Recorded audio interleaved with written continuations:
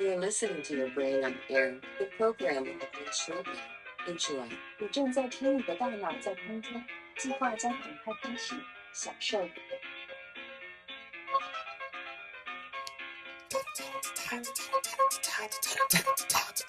Good afternoon, everyone. Welcome back to Your Brain on Air. I am your host, Ollie Vogt Larson. This show is, by the way, officially my application to join the 13 bloodlines that run the world. Folks, enough from the Rothschilds, the Breakspears, the Medicis, the Orsinis, the Aldobrandinis, the Pagliavincinis, the Farneses, the Rockefellers, the Warburgs, the Habsburgs, the Bruces, the Hanovers, the Lees, all of those people, the traditional 13 families that rule the world. Who wants to see the Vogt Larsons in red robes working for the Black Sun priesthood? If you're unaware of those families or the Black Sun priesthood, in the words of the old internet memes, honey, you've got a big storm coming. For starters, let's cover Albert Pike.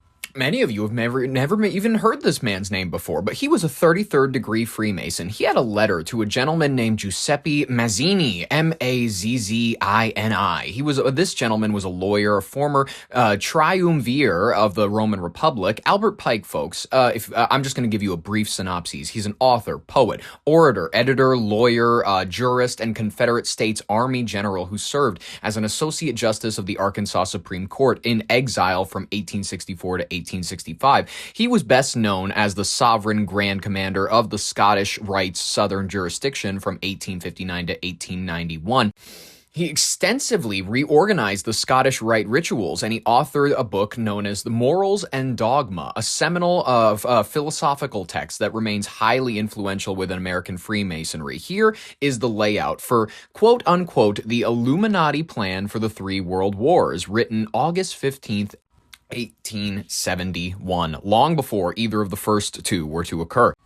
Let's read his words ourselves. The First World War, according to him, must be brought about in order to permit the Illuminati to overthrow the power of the czars in Russia and of making that country a fortress of atheistic communism. The divergences caused by the agiteurs, the agents of the Illuminati, between the British and Germanic empires will be used to foment this war. At the end of the war, communism will be built and used in order to destroy the other governments and in order to weaken the religions of the world. The Second World War must be fomented by taking advantage of the differences between fascists and the political Zionists. This war must be brought about so that Nazism is destroyed and that the political Zionism be strong enough to institute a sovereign state of Israel in Palestine. During the Second World War, international communism must become strong enough in order to balance Christendom, which would be then restrained and held in check until the time when we would need it for the final social cataclysm. The Third World War must be fomented by taking advantage of the differences caused by the agiteurs of the Illuminati between the political Zionists and the leaders of the Islamic world.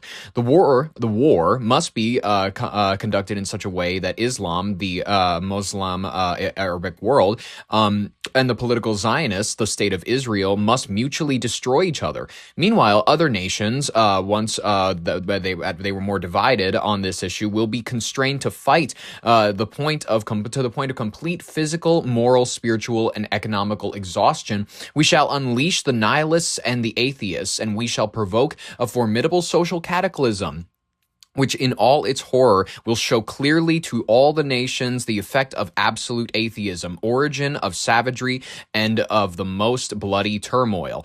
Then everywhere the citizens, obliged to defend themselves against the world minority of revolutionaries, will exterminate those destroyers of civilization, and the multitude, disillusioned with Christianity, whose deistic spirits will from that moment be without compass or direction, anxious for an ideal but without knowing where to render its adoration, will receive the true light through the universal manifestation of the pure doctrine of Lucifer, brought finally out in public view. This manifestation will result from the general reactionary movement, which will follow the destruction of Christianity and atheism, both conquered and exterminated at the same time, to bring about global Luciferianism, ladies and gentlemen.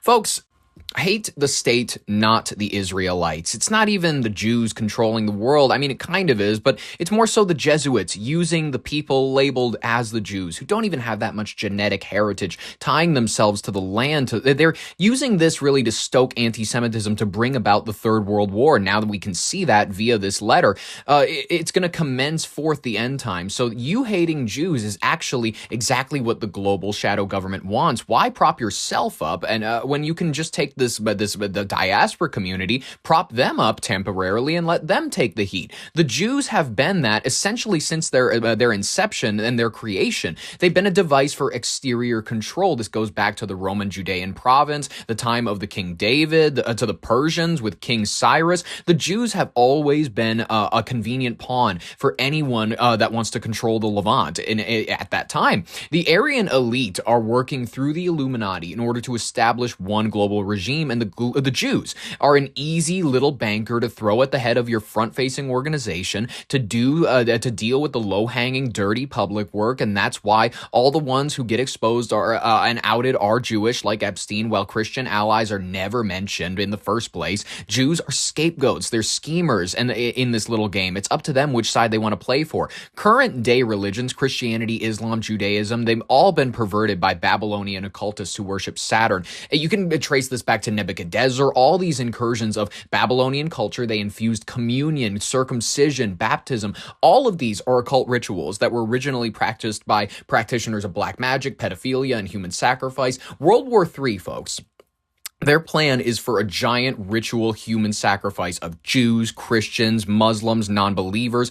All of this is being organized by the Jesuits, the Catholics. They are basically the central command. This is all like the committed serfs dedicated to the destruction of human free will in order to serve what they believe to be the Antichrist. Members of the order are encouraged to lie, steal, engage in sexual immorality if it furthers the quote-unquote righteous purpose of the church. They believe that it is morally righteous to smite any of their followers who become leaders that speak out against them. For example, who was the first and the second only now to Biden, our only Roman Catholic president, JFK, was murdered by the Jesuits after disobedience to the Zionist plan in the Middle East. They assassinated Charlie Kirk, an evangelical Protestant, so that his Catholic-raised wife, Erica, could spout on about how Jews and Christians have this great alliance in history or whatever. The Jesuits are forming their next revolution right now with the media takeover, fomentation of anti-Semitism to bring about World War III. It's easy. It's so simple to understand. You guys don't believe me? Trump is a Jesuit-trained operative. He attended Fordham University,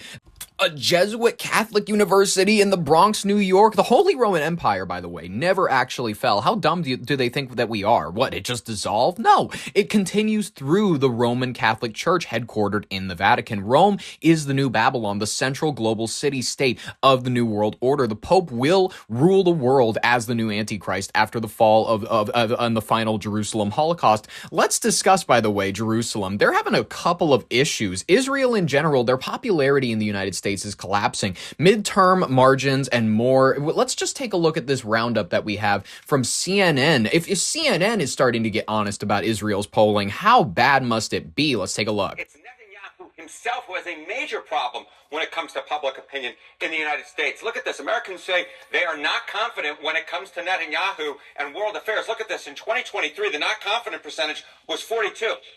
Up significantly, up like a rocket, up to 59%. That's a nearly 20-point movement in just 3 years' time. And now the majority of Americans say they are not confident when it comes to Bibi Netanyahu and world affairs. And we're not just talking Democrats here. We're talking the entire American public, nearly 3 in 5. All right, well, let's talk about the partisan breakdown here, because there are two interesting stories going on at the same time. Yeah, there are two interesting. Yeah, but here's the thing. They're not going to talk about the actual interesting story, which is the breakdown of the Judeo-Christian alliance that never actually existed. These people killed your God, you guys.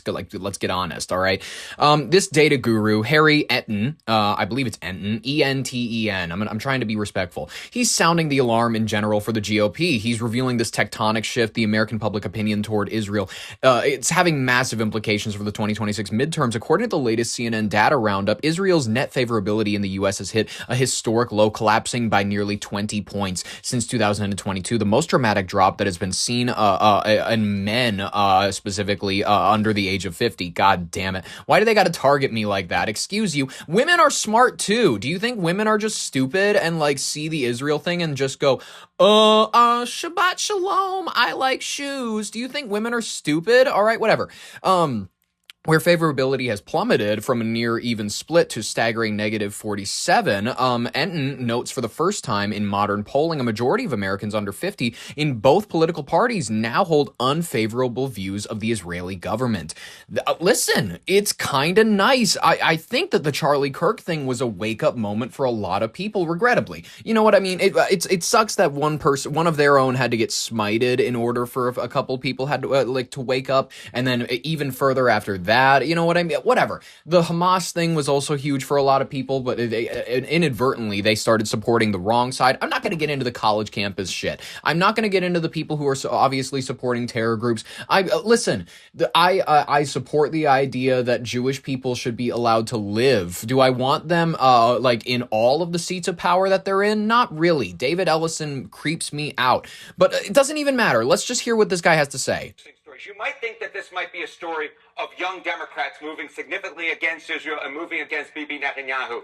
But in fact, there is a twist to the numbers here. Yes, it is young Democrats, but it's actually older Democrats who are more likely to say that they're not confident when it comes to Bibi Netanyahu and world affairs. Look at this. Among Democrats under the age of 50, it's 73%. But look at this. Look among Democrats 50 years and older, it's actually larger. It's 81%. And both of these numbers are up significantly from where they were in 2023. But it's actually older Democrats leading the charge, many of whom are not on social media. Yeah, and again, just to point out here, this is not confident in... This is not confident. They are not confident in Bibi Netanyahu. Hey, let's talk about Republicans, too, because it's interesting, sort of the dichotomy we see here. Yeah, okay. The dichotomy we see here. You might have expected younger Democrats to be leading the charge and not being confident in Bibi Netanyahu, but in fact, it was older Democrats. But look at the reverse here. Look among Republicans, because here there is a massive age split. And look at this. Republicans who are not confident in Bibi Netanyahu. Look at this. Younger Republicans, nearly 3 in 5, we're talking 58% compared to 30% of Republicans who are 50 and older. Republicans who are 50 and older, 70% of them are retarded or don't read the news. It's so fascinating because there is a massive age split within the Republican Party when it comes to Bibi. Let's keep in mind also, when was the last time that you, a person who listens to the news, was called by a polling agency? They're calling people who know nothing about anything. They're not calling individuals like you or me who know something about something. They're calling anybody's. They're calling your dad. Your dad is sitting there probably watching MSNBC or Fox News in between races or fucking football or something, the usual goy shit. And then he picks up the phone and it's some lady asking him what he thinks about Benjamin Netanyahu. He doesn't even know who the fuck that is. He's heard about Israel once or twice and it's like, I thought you'd know a little bit more about it. You were in the military. And you ask him about it and he's like, yeah, I'm I just, you don't hear too much about it when you're going to Korea and shit. And I'm like, well, I guess that's fair. But and then the polling agent goes all right, sir, well, what do you think about this and that? And they're asking him questions he has no context for. He has absolutely no information about the region or anybody in power in the region. So, you know what? Let's just take it into account that most of the time when we're talking about polling agencies, they're reaching out to complete and utter retards. Netanyahu, and when it comes, of course, to Israel as well. And this, to me, is going to be very interesting in the years to come, especially as we enter the 2028 primary season, where we're seeing this massive flip within the Republican Party on Israel. And is there going to be a candidate who comes out here and says, maybe we want to do a split and tries to appeal to younger Republicans? It really is interesting to see a majority of younger Republicans saying they're not confident in Netanyahu. Exactly, and double the percentage for older Republicans. So a poll showing the president facing 70% disapproval on the economy. Surely that same poll would show Democrats with a big advantage in the race for Congress. You would think, but I think this poll serves as a big-time reality check for Democrats, and that is, it ain't over yet, especially with the redistricting when we look ahead to the 2026 race for Congress. You would have thought that the Democrats' lead would expand on the generic congressional ballot. It didn't happen. Look, in March, Democrats were up by 6 points. Look at this now. Democrats are up by 3 points, and I want you to note the yellow lettering. No clear leader. It is within the margin of error. So despite all of the talk about Donald Trump's unpopularity, the fact is Republicans very much remain in the game when it comes to the congressional midterms, which are occurring in what, 6 or 7 months at this point? Yes. We get it. A joke. All right. So yeah, the Democrats, despite what they thought was going to line up pretty decently for them, you know what I mean? Given ICE, they had a Bruce Springsteen song come out, all that stupid shit. They thought that we were going to have it in the bag. They were like, yeah, of course we're going to even out the House. We're going to do exactly what we did last time when we had a midterm with Trump. We're going to take back the House that Nancy Pelosi just said so on Colbert. And then, in order to deal with our sadness, I'm just going to say it. This is going to be tragic. I'm making a prediction right now, here and now. The most we're going to see is a Senate flip or a Congress flip. They're not getting both of them. There's not a chance. Ladies and gentlemen, I don't care how many 8-year-olds you've seen get thrown in a van. Quite frankly, they shouldn't be here if their parents don't have the papers. I don't give a shit. But people are going to go ahead and they're going to say that's rude, that's cruel. Shut up. You are a part of the problem. You're the reason that this country's a fucking nightmare. You're the reason that we can't shoot people that steal from Best Buy anymore. Ladies and gentlemen, I don't even know what this rant is about anymore, but polling numbers aren't looking great. Let's cover another story, why don't we? Let's cover the CIA whistleblower alleging the federal cover-up of the COVID-19 origins. Fascinating story, let's get into it. Folks, what do you remember about the origins of COVID-19? A pangolin? Is that what they're called? Pangolin? The South Park thing where it's like a little like rodent type of... What did you think the COVID-19 origins were? Were you a racist? And did you think that Chinese people eat far more disgusting things than us? Not as though you're racist to believe that they eat bats, but it's a little more racist than believing that it came out of a lab. And quite frankly, the lab leak was the most appealing one to me. Well, listen, the COVID origins debate is reaching a boiling point, and Capitol Hill is where it's happening. There's an explosive new public testimony that we're going to cover here from a veteran CIA whistleblower, James Erdman III. Fun name. A 20-year-old veteran of the agency. 20 year. He's been here for 20 years. He's not 20 years old, and he's been here since maybe the age of 2. No, that's not. Okay, he testified before the Senate Homeland Security Committee on Wednesday, May 13th, and he was alleging a concerted and intentional effort by high-level officials to suppress evidence of a laboratory leak. Erdman claimed that a specialized COVID discovery team initially leaned heavily toward the lab origin theory, but were reportedly pressured by management to rewrite their findings to align more with a neutral public narrative. Listen, whether or not this would have been to lean towards China and go like, hey, we're not going to say it was a lab leak if you're not gonna, as long as you maybe give us like a trade deal here or there, I can understand that. I don't even know what we would be getting, though, out of keeping it secret. A central figure in Erdman's testimony was Dr. Anthony Fauci. God, it's so weird. Hearing his name again, I can see my parents like coming home with takeout food and then them telling me not to touch the bags and then them telling me wash your hands first, and then my stepdad opening up the takeout container and then pouring out the contents, and then he would throw it away like it was radioactive, and then he'd be like, all right, we're all gonna wash our hands again just because we've been in the same room as it. And then because we didn't know the origins. Folks, I was not alive for AIDS in the 80s, but I very much believe that it was very like COVID was like AIDS again, where it's like you didn't know if your mom was bringing it home after stopping at the bank because she picked up a pen that somebody just used. Like some gay guy came and coughed on a pen and your mom picked it up. Suddenly the whole house has AIDS. That's what we thought COVID worked like back in those days. You have to forgive us. We didn't know. It's funny to look back at it now. But anyways, Dr. Anthony Fauci, whom the whistleblower accused of injecting himself into the intelligence community's analytical process, Erdman alleged that Dr. Fauci leveraged his position to steer investigators toward a hand-picked list of biased scientists who favored a natural zoonotic origin. Zoonotic meaning that it comes from animals. I'm not sure if I'm talking to... listen, I know you're smart, but like this broadcast goes out to a lot of people. Not all of them know that zoonotic, it refers to, not all of them know Zootopia. They haven't seen Disney movies and shit like that. They don't know Latin origins of words or any of that. The testimony suggests that this influence... exercised by Fauci, God, was not just academic. Erdman claimed that the intelligence officers who disagreed with the natural origin narrative faced professional retaliation, not positional.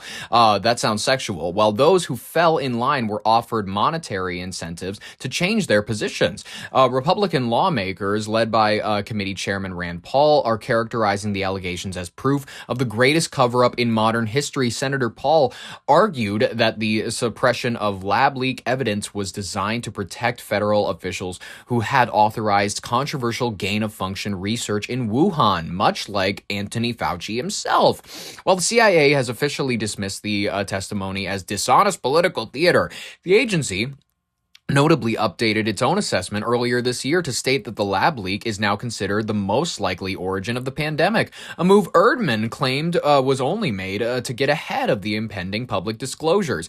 As the 2026 election cycle is heating up, the whistleblower report is expected to trigger a new wave of subpoenas for classified documents and internal CIA communications. As we know, the most transparent agency they'll probably be straightforward and honest with us. They'll probably give us exactly what we're asking for. That's my guess. Democrats on the committee have questioned Erdman's motives, pointing out that his testimony lacks a smoking gun, like no documents directly linking Fauci to a bribe. However, the public's trust in the health institutions is still fragile. The Erdman testimony is guaranteed that the mystery of how the pandemic began is still going to be in the forefront of a lot of people's heads when they think about the medical industry. Let's hear a little bit of his words personally. He looks like a dork. I am a career CIA operations officer, and as you mentioned, I was on joint duty assignment at the Office of Director National Intelligence, Directors Initiatives Group, or the DIG, between March 2025 and April 2026. Continue. I was responsible for leading the DIG's investigation into COVID origins, anomalous health incidents, and unidentified anomalous phenomena.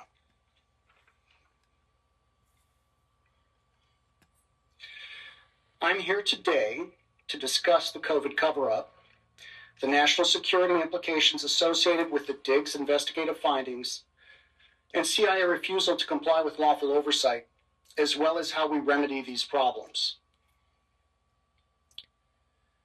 Intelligence community leaders and senior analysts downplayed the possibility that the COVID pandemic originated as a result of a lab incident.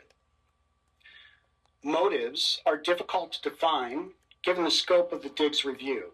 Okay, wait a minute. Stop this guy. I want to ask him.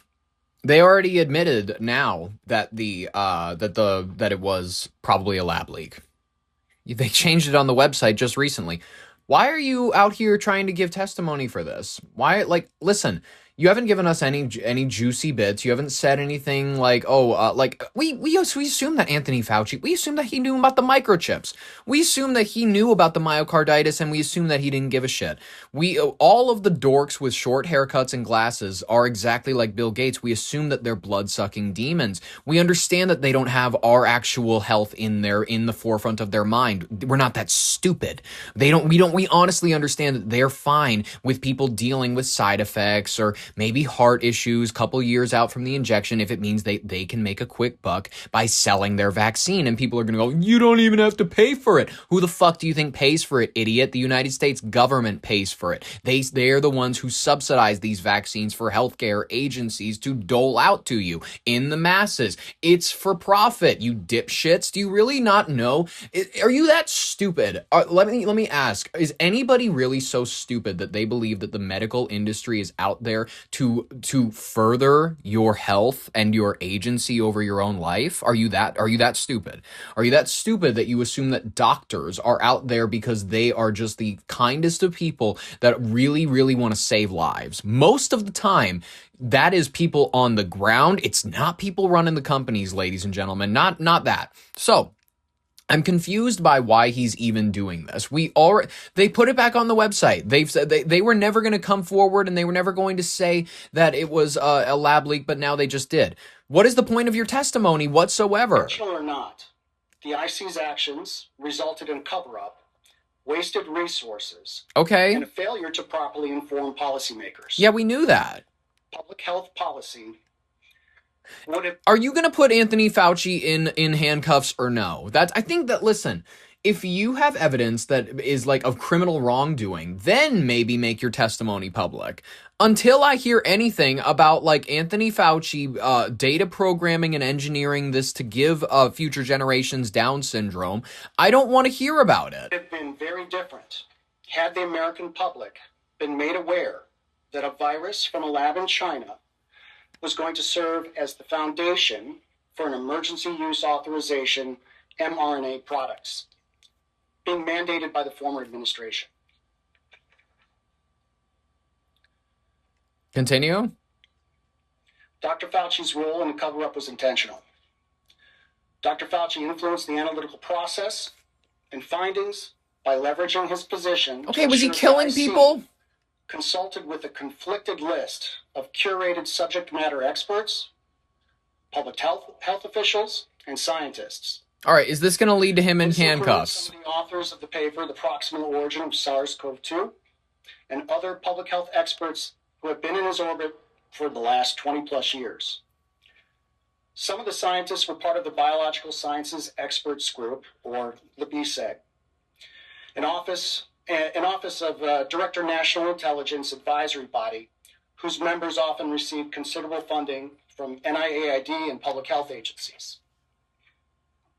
This is the least charismatic person I've ever seen give testimony. Scientists influenced national laboratory WMD research. He's discussing the cover-up of the biggest thing to hit the illness waves since, I would say, I don't know, AIDS was probably the closest thing. Ebola in 2014, maybe. Like, that was the thing that kicked up the biggest fuss.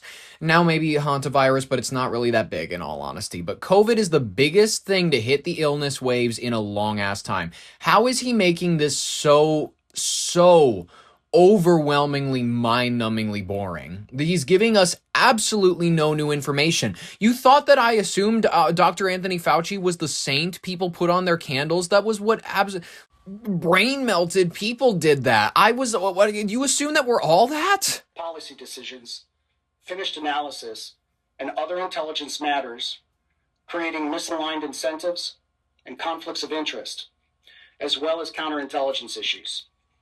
Okay, you know what? I'm actually going to go ahead and I'm going to leave the rest of his testimony in the description because it's so pivotally boring and underwhelming. Because there's no one getting arrested for this. I'm just letting you know, by the way. There's no one getting arrested for this. Anthony Fauci, yes, we already knew about the cover-up. He knew that it was probably coming from a lab leak. He didn't want to discuss that. He was the one who had approved gain-of-function research in Wuhan, China. He didn't want them, their nose going anywhere near it. Ladies and gentlemen, we're gonna, if you want to watch it, it's in the description. I'm gonna leave him. I'm leaving him because he's so boring. He's so uninteresting. Anyways, I'd rather talk about sexual violence by Israeli forces against Palestinians. It's widespread, apparently, according to new reports and harrowing first-hand accounts. Let's move on to the rapid-fire section of today's headline so I can discuss it. As a matter of fact, there's a lot of things in the media atmosphere you need to know about in order to keep your media diet healthy that I cannot dedicate 2 to 3 paragraphs to, so let's just blast through a few of these stories. Sexual violence, like we said, by the IDF is apparently off the charts. Let's take a look at this opinion piece. When Israel was attacked on October 7th, 2023, officials were quick to condemn the sexual violence of Hamas. You've heard of the rape of Israeli women? Where the hell are you? Women raped, assaulted, paraded as trophies. Uses rape as a weapon of war. Sexual violence as a weapon Rape. of war by Hamas. I went to the West Bank to talk with Palestinians who experienced sexual... That's like a crazy word. Rape. Isn't it just one of the funnest words? Like, I'm not trying to say that rape is fun. Rape as a word. Just say it out loud right now. Rape. It's like, and by the way, why would we name a fruit so goddamn close to it? Grape. Like you got children saying grape juice. It's weird. Isn't that bizarre to anybody? Rape, a word for sexual violence. Where does the word rape come from, as a matter of fact? I'm going to look it up while this guy goes ahead and gets his piece on, but it's an interesting one. Rape. It just kind of loses its meaning after a while. Rape. Firsthand by Israeli soldiers, settlers, and prison guards. Their harrowing accounts, backed by lawyers, surveys, and international reports, suggest that sexual violence by Israelis against Palestinians is widespread And that raises the question, where is the revulsion against sexual assault now? That's true. Well, actually, the IDF, they enjoy the sexual assault of their victims. That's just a thing. All right, here we go. The word rape originates from the Latin verb rapere, I believe, meaning to snatch, grab, or to carry off by force. It entered Middle English around 14th century from Old French rapere. It described both physical abduction and sexual violence, often previously interpreted by legal contexts as a property crime of stealing a woman rather than solely a sexual violation. Wow. So it's to seize or abduct a woman. That's where it originally meant. It's to carry off a woman by force in medieval law. It often referred to that, and which was considered a violation of the property of the husband or the father's rights rather than a violation of the woman herself. Isn't that kind of crazy?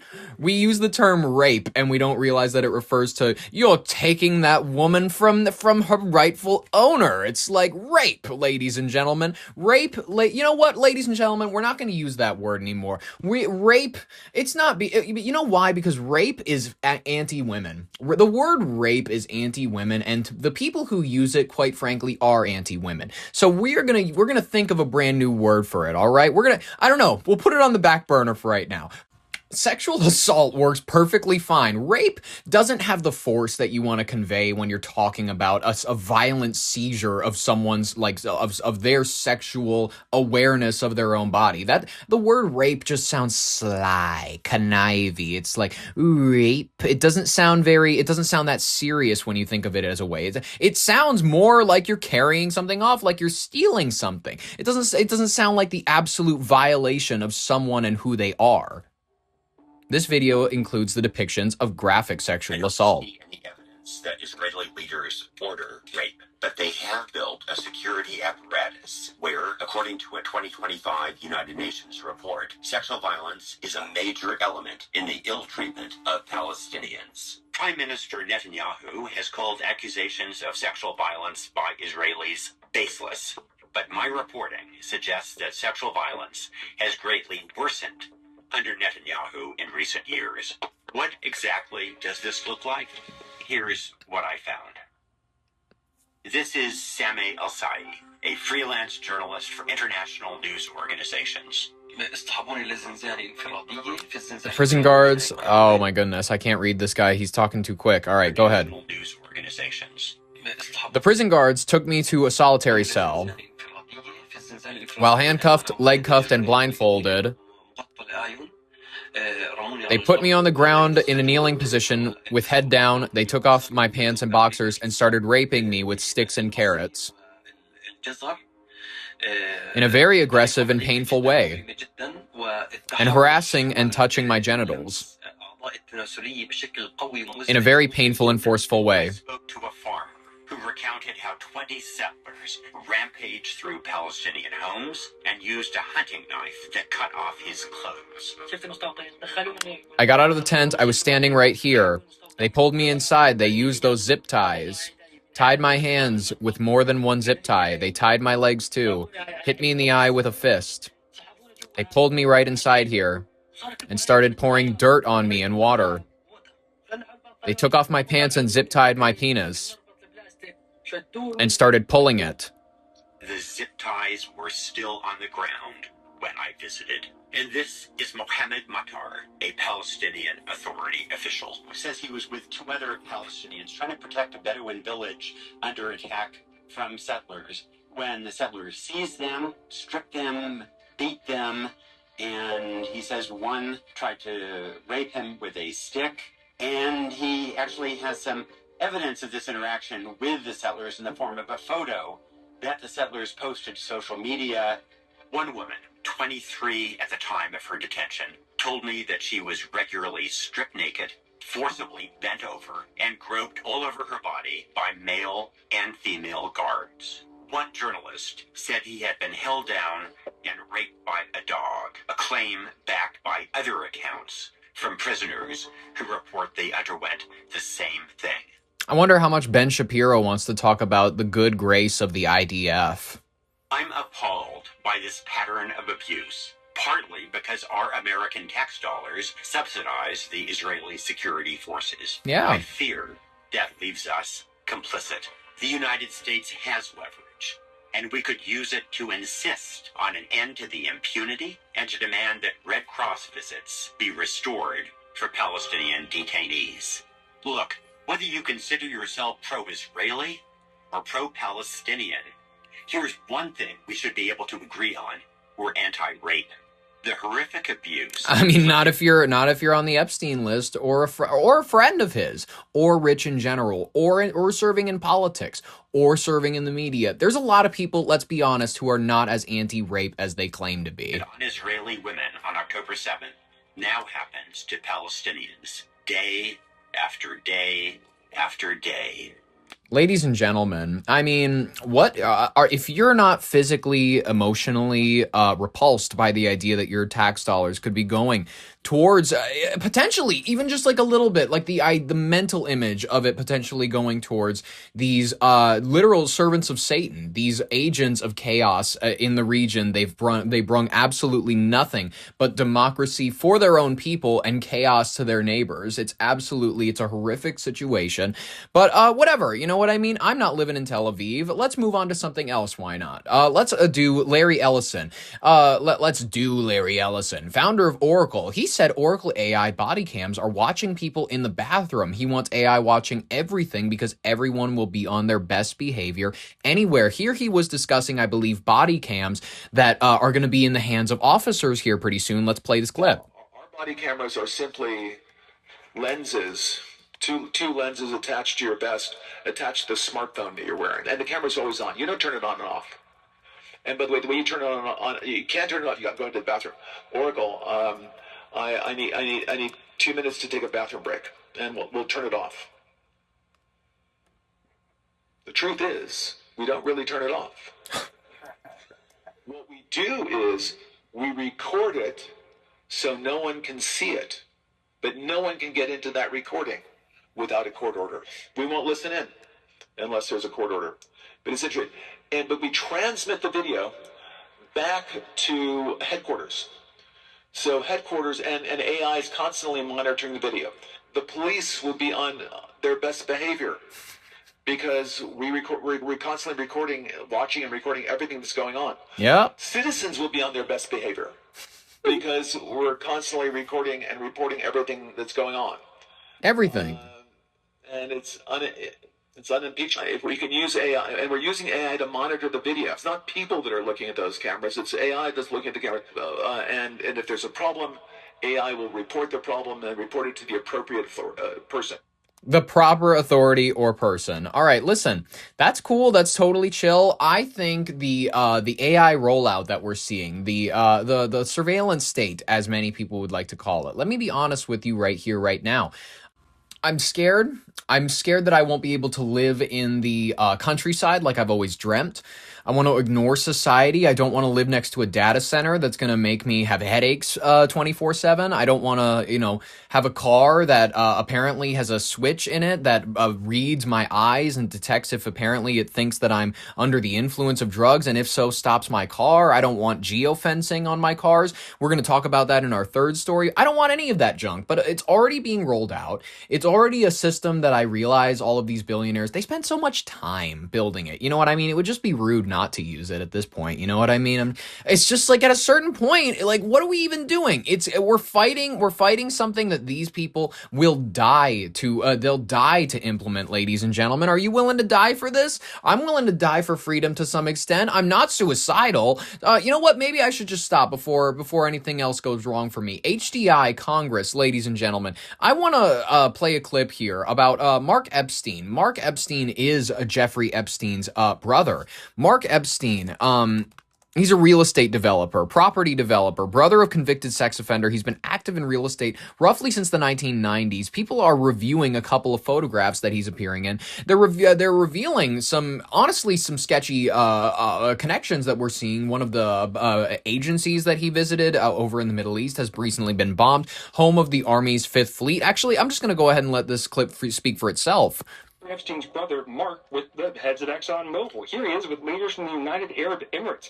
Here he is with one of the numerous members of Congress he brought to New York each year. And here's an email where he tells Jeffrey he just got back from meeting the King of Bahrain, its opposition leaders, its Senate, and the commander of the United States Navy's Fifth Fleet. A U.S. Navy base in Bahrain appears to have come under attack. This is where the U.S. Navy's Fifth Fleet is headquartered. Mark Epstein did all of this as the director of the innocuously named Humpty Dumpty Institute. The institute was co-founded by Michael Sonnenfeld, described in this email as an old friend of Jeffrey Epstein's. The other co-founder and longtime president was Ralph Spearman, Benjamin Netanyahu's senior aide when Netanyahu was Israel's ambassador to the UN here in the 80s. Nothing justifies the deliberate murder of children. Nothing.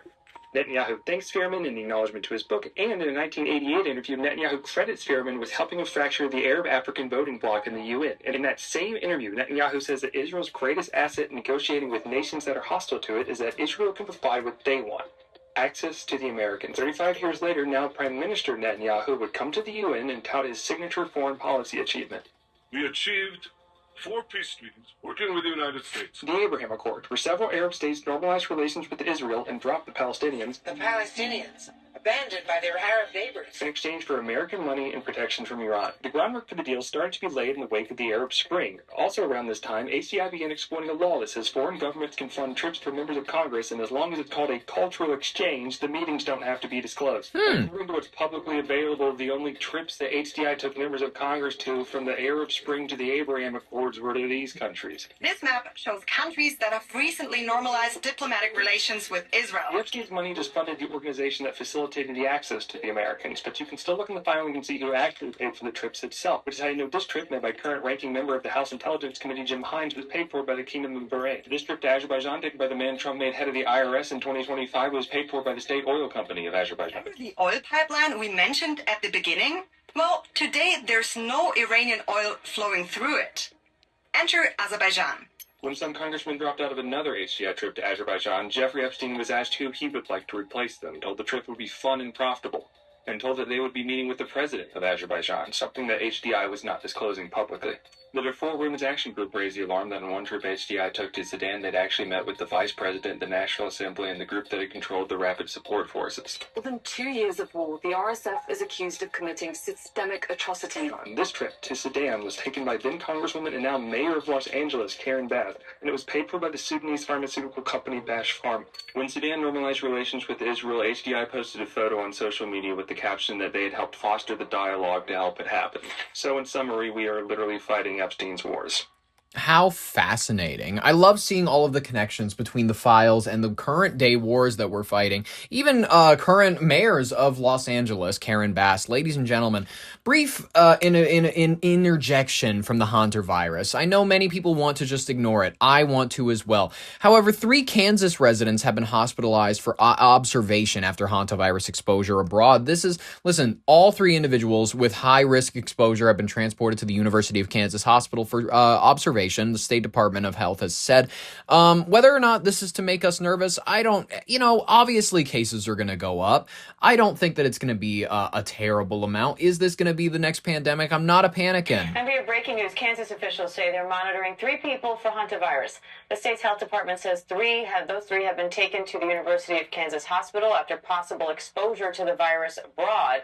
Meanwhile, the only American cruise ship passenger to test positive for hantavirus has been cleared to leave isolation. Why? This is Andrew Timbert's here with more on all of that.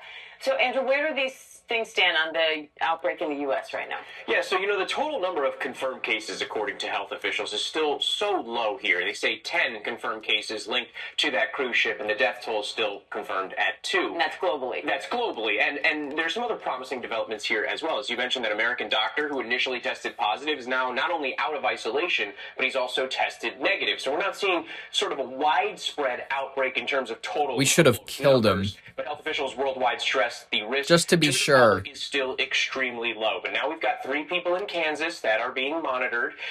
In Illinois, the Department of Health is investigating a potential case that's not for the safety of man. I believe in lennying people. I believe in lennying from of mice and menning people. Unfortunately, you just got to go Hey, you're going to get off this cruise ship and you're going to be able to tend those rabbits, buddy. You're going to be able to tend those rabbits. I just want you to I want you to look forward, and I just want you to think about the rabbits, and then he's going to go, but I get to tend the rabbits, and then that's it. I think that's it, because I think we need to think about the greater good. To that cruise ship, so that's concerning. But even then, this person is said to be experiencing minor symptoms, mild symptoms, and did not require hospitalization. In Minnesota, a person's being monitored as well after being potentially exposed to hantavirus. And in Seattle, 2 people are being monitored, though unclear if they even have the virus. And then, of course, there are those American passengers from that cruise outbreak. They've been moved to that quarantine facility in Nebraska. They're undergoing testing and being watched closely. So on the one hand, the virus is potentially touching several states here, but on the other, we're talking about 1 to 2, 3 cases, so not a lot of people and a whole lot of maybes, which is why health authorities say there's no cause for alarm, but given the seriousness of this virus, they're not taking any chances in following all the proper protocols there. And Andrew, hantavirus can be deadly, but it's also extremely rare. So what's the advice for the average person looking at this and feeling worried? Wash your damn hands. Is really serious when it comes to illness and death here. It has a high rate of death, but it usually doesn't spread so easily from human to human. It's typically transmitted via rodents, rats, mice, and then exposure to their urine, feces, or saliva. Although, health authorities say it can also maybe spread through a bite or a scratch, but even that's extremely rare, though this Andes strain, the one from that cruise ship, has historically shown to transmit through people. And why health authorities are taking this so seriously is because there's no known specific treatment or vaccine that protects against it, which is why health authorities are taking all these proper precautions. And unlike COVID, though, this is not something they say that the average American needs to be on the lookout for in their everyday lives here. About the best thing you can do, they say, is if you find mice or rats around the home, it's important now more than ever to clean up after them and call an exterminator. Wow. Yeah. I mean, no shit, I guess, kind of. Maybe no shit to me, but I guess many people don't know or realize that it might be a good idea to at least clean up the rat shit that's around your house. Some people might not think to do that. That's okay, ladies and gentlemen. People live their lives differently. NBA player Brandon Clark dies at 29 in Los Angeles. I don't know if this is breaking a lot of hearts out there, ladies and gentlemen. I just wanted to be the one to deliver it if anybody really cares. A man has also been sentenced to 2 years in prison over Matthew Perry's death. Finally, we have some responsibility. Who delivered Friends star Matthew Perry the doses of ketamine that eventually killed him has been sentenced to 2 years behind bars. Oh, that's not much. I wish I could take it out. I bet you do. I bet you could. The fourth person sentenced of the 5 who've pleaded guilty in connection with the actor's 2023 death. Fleming connected Perry to Jasveen Senga, the drug dealer known as the ketamine queen. Okay, but let's be honest here a little bit. Like, the person who looked for the ketamine, they're also responsible for their own death. Kind of a little bit. Does anybody want to talk about responsibility, or just are drug addicts still perpetual victims who are oh, I submit, 13 whatever, here's my program, my 13 reasons or some shit. Oh, I submit, I'm an actual addicts is a disease, and for some reason I can't control. It's just all this bullshit that addicts, they go through the motions, the 13-step program, the protocol program. I know that it helps people, but guess what? So does Scientology. It's all about the mind. It's all about the mindset. These addicts that want to go ahead and say, it's something beyond me. It's something I have to conquer. You're really just an asshole. You're an asshole who doesn't want to take into account the wants and needs of the people around you. Most of the time, these people have children or loved ones, family members, by the way, that they're abandoning in order to pursue these addictions. It's fucking disgusting. They're pathetic pieces of shit. They're not real men. They're not real women. They're not real parents. They're not real anything. They're shells of addiction. And quite frankly, people who just sit with that after a long period of time, it's who they are. It's who they will always be. It's regrettable, but personality is personality. Delivering drugs from her house to Perry's and marking them up to turn a bigger profit. Smart. Prosecutors say Fleming quickly accepted responsibility, cooperating with investigators and identifying Senga as the original source of the ketamine. She was recently sentenced to 15 years in prison. Okay, 2 good. former doctors who also provided Perry with ketamine were each sentenced in December. And Perry's former assistant, who injected him, faces sentencing later this month. I test him up every day for the cocaine. I tell it's not from his family. and millions of people. Yeah, how much do you think his chest and his heart hurt before he drowned in his jacuzzi? I don't know. Just an assumption, just a guess.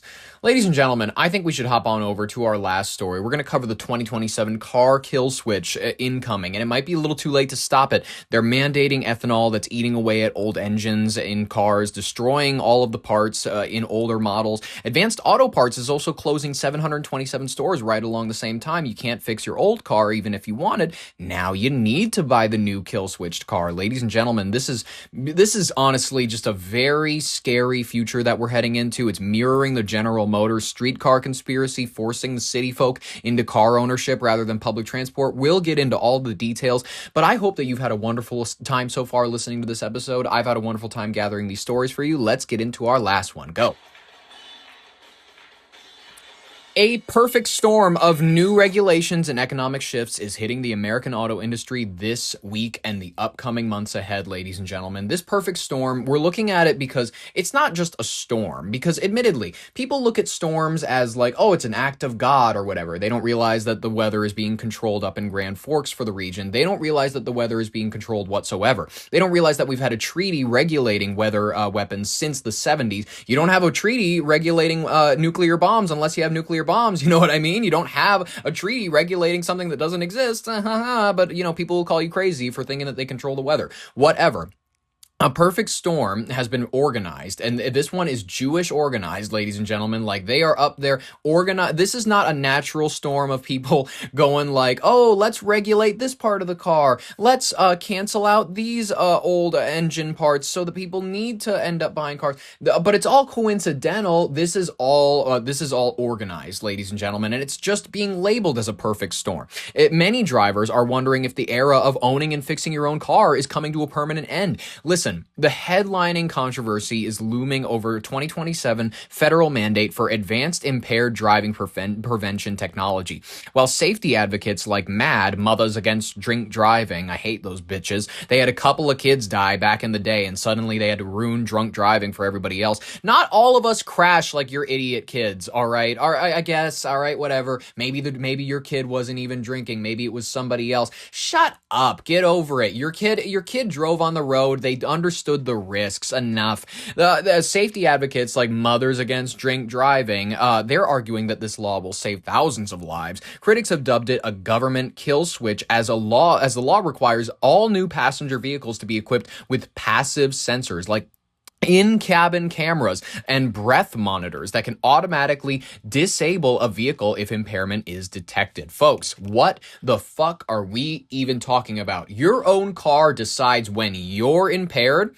Your own car can look at your eyes, smell your breath, let me smell your breath, and then you breathe into the hole of your car in that little air vent, and then it goes, no, I smell some wine, you bitch. You told me you were just going in there for cheese. You said you were just going in there for book club with your friends. You didn't say you were having Merlot. You're not getting home now, bitch. And then they shut your fucking car off. For those hoping to avoid this new high-tech oversight by sticking with older models, the road ahead is getting significantly rougher. Now, new environmental mandates are increasing the allowable ethanol content in gasoline to 15%. This move is, by the way, against all advice from any car mechanic that you would talk to, because they're saying this could be the death sentence for all vintage engines. Unlike modern cars, older fuel systems use rubber hoses and fiberglass tanks that can literally be eaten away by high ethanol blends, leading to costly leaks and engine failure. This is adding to the frustration that Advanced Auto Parts recently announced that they're shuttering 727 stores across the country. This is further squeezing the DIY repair market and making it harder for enthusiasts and even basic repair people that are like, I'm not like a car person, I'm not looking to soup shit up, I just want like a new whatever bingly bop or some shit. They are gonna need to look for even further, like more vintage parts to keep their classic rides on the road. It's not gonna happen. You're gonna see old cars disappearing in a couple of years. This, folks, is exactly like the General Motors streetcar conspiracy from 1938 to 1945. 1951. Back then, a consortium led by General Motors was convicted of monopolizing the sale of buses and fuel to dismantle electric streetcar systems, effectively forcing city dwellers into car ownership. They were charged and forced to pay out $5,000. Crazy, right? That'll surely ensure that they never do anything like that again.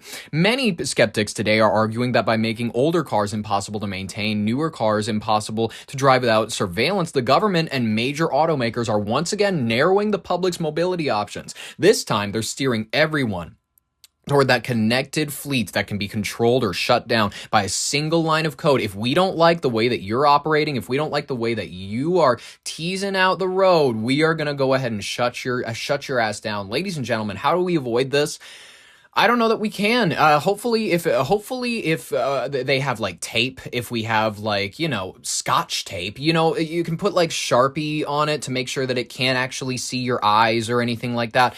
But then they're just going to go like, oh, you can't even turn the car on because we see you, bitch. We see that you're hiding your face from the camera. Let's see those peepers to make sure that you're not intoxicated. Your car isn't yours anymore. The kill switch mandate is real.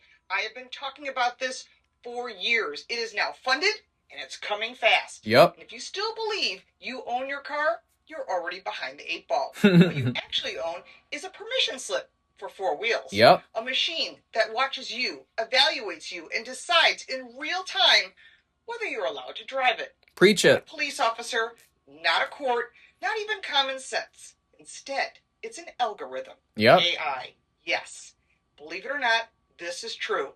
And like I said, I've been covering this for years, and now it's here in reality. And if that sounds like something ripped out of a dystopian script, it's because we've crossed the line where dystopia gets rebranded as public safety. And our elected officials, they voted for it. The trigger for all of this sits inside the 2021, all the way back to 2021, Infrastructure Investment and Jobs Act. Buried in Section 24220 is a mandate that forces the National Highway Traffic Safety Administration to require advanced impairment driving technology. I love it. That's how they hide it. In your car that's sold to you here in America, that phrase sounds harmless on purpose. Because there's more to it. Because if lawmakers called it what it actually is, a federally required driver surveillance system with the power to disable your vehicle, there might have been a real debate. Instead, it slid right through. Call it whatever makes it easier to swallow. If your car decides you're not driving, the outcome is the same. This isn't about left or right politics. It's about power. Who has it, who's gaining more, and who's quietly losing it. Right now, the drivers are on the losing end, and that is not about to change. And once the system is fully embedded, reversing it won't be simple, it won't be cheap, and it won't be quick. It'll be treated as an essential infrastructure, too big to remove, too normalized to question. That's how they do it. That's the real end game. Not safety, not innovation. Control baked into very machines Americans rely on every single day. And as of today, only a few officials are fighting on our side. Who gets to decide when you're allowed to drive?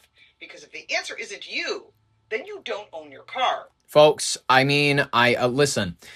I think that the best solution to this has always been, and always will continue to be horseback. I do think horses are going to make a comeback eventually because they're the one thing. Guess what? Biochip. No one's thinking about a biochip for your horse's head. That's the only way that they would actually be able to pilot that thing, ladies and gentlemen. You control the horse. The horse is an independent being, but once they get a chip in your horse's head, then it's over, ladies and gentlemen. Then, and only then, will the Wild West truly be over. We're still in the Wild West, technically. People don't even realize it. You can still kill somebody in like a public park. They won't find them for a few months. There's cameras everywhere and whatnot, but there's not cameras in your corneas yet, recording not only the things that you see, but the things that you think. But We'll get to that in the 2030s, ladies and gentlemen. Maybe 2040s or 50s, I can't call it. But ladies and gentlemen, I hope that you had a wonderful time listening to these stories. I had a wonderful time gathering them for you. I will be back at it again tomorrow to cover all the stories that will drop that are of interest to me. If you want to be there for it, subscribe, ring the bell for notifications, like if you liked it. In the meantime, I've had a wonderful time. I hope that you have a wonderful rest of your Thursday. I have been Ollie Vogt Larson with your brain on air. Thank you so much for listening, and bye-bye.